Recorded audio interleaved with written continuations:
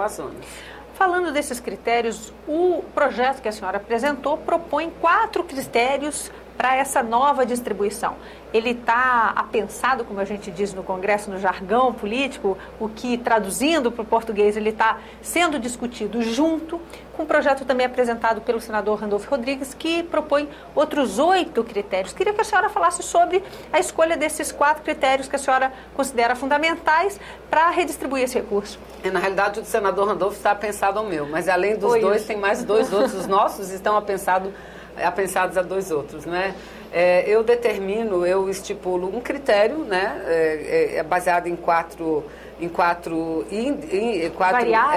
variáveis e com as subvariáveis, porque não basta dizer, olha, irá 80% para lá, mas você tem que dizer que lá como serão distribuídos esses 80%, ou seja, o critério primeiro é 80% desses recursos para o Estado que tenha, para as unidades da Federação que tem uma renda per capita inferior à média nacional. Ou seja, se eles estão mais pobres do que a média nacional, eles devem receber mais. É inversamente proporcional à riqueza. 10% para os estados que têm uma média superior à média nacional, 8% para ser distribuído entre as 5 unidades da federação mais populosas e 2% levando em consideração as áreas de proteção ambiental. Ou seja, aí é uma grande novidade, porque nós acrescentamos o critério ambiental. Não é mais possível, nós debatemos tanto o Código Florestal, a necessidade da preservação ambiental. Ocorre que no Brasil tem unidades da federação, o estado de Roraima, por exemplo, que tem mais de 50% da sua área reservada para preservação ambiental. Então, a área que você pode, seria um equívoco dizer, são áreas improdutivas, não é verdade? São áreas que podem produzir, agora dentro de critérios de manejo.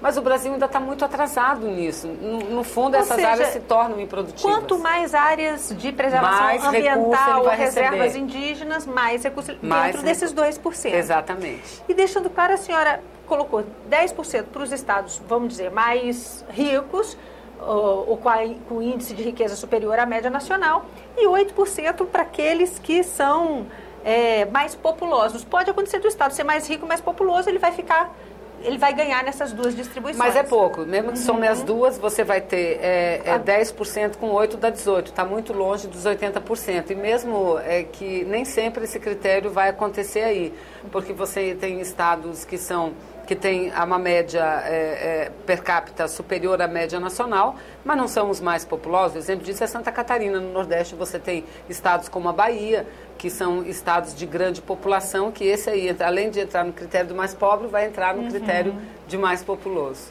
Qual tem sido a receptividade para essa nova conversa, senadora? É claro que a gente brinca no jeito popular de dizer, quando o cobertor é curto, todo mundo puxa. Olha, isso é uma questão de conta.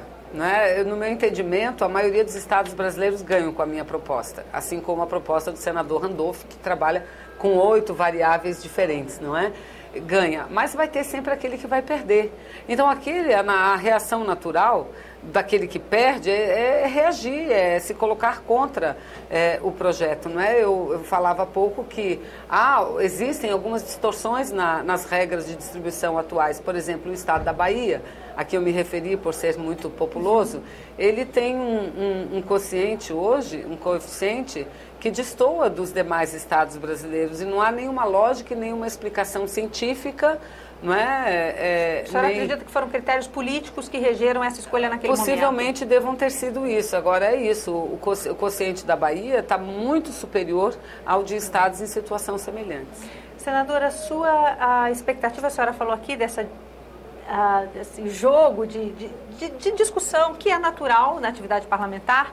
Dá para imaginar votar um desses projetos que a gente falou, são alguns aqui, discutindo ao mesmo tempo já até o final do ano? Eu acho que até o final do ano não, mas até o final de 2012 a nossa ideia é tentar construir um clima, mesmo porque, diferente da reforma tributária, que é muito polêmica, nós temos o primeiro projeto de reforma tributária tramitando na Comissão de Assuntos Econômicos e já foi remetido imediatamente para Constituição e Justiça, que trata apenas de unificar nacionalmente o valor do ICMS interestadual para produtos importados. Então, isso já está uma novela, já está uma confusão. Você imagina este outro que engloba todas as unidades da federação, os royalties do petróleo, essa polêmica também que nós estamos assistindo. Entretanto, há uma decisão do Supremo. No meu entendimento, não há nenhuma invasão por parte do Supremo em relação ao poder legislativo. E se o pelo Congresso contrário, não tomar essa decisão? ele vai ter que legislar, ele vai ter que atualizar as normas, aí ele terá, o Supremo, o órgão máximo do Poder Judiciário brasileiro, terá todas as condições, creio, de determinar um novo critério, caso Senado e Câmara abram mão de legislar, de providenciar essa lei prevista na Constituição de 1988. Senadora, muito obrigada por essa conversa. Nós conversamos neste programa com a senadora Vanessa Graziotin, que é autora de um dos projetos em discussão no Senado para redefinir os critérios de distribuição do Fundo de Participação dos Estados. A você que nos acompanha, mais uma vez, muito obrigada pela atenção. Eu sou Ângela Brandão e este é o programa Argumento para a TV Senado e para as emissoras vinculadas à Rádio Agência Senado.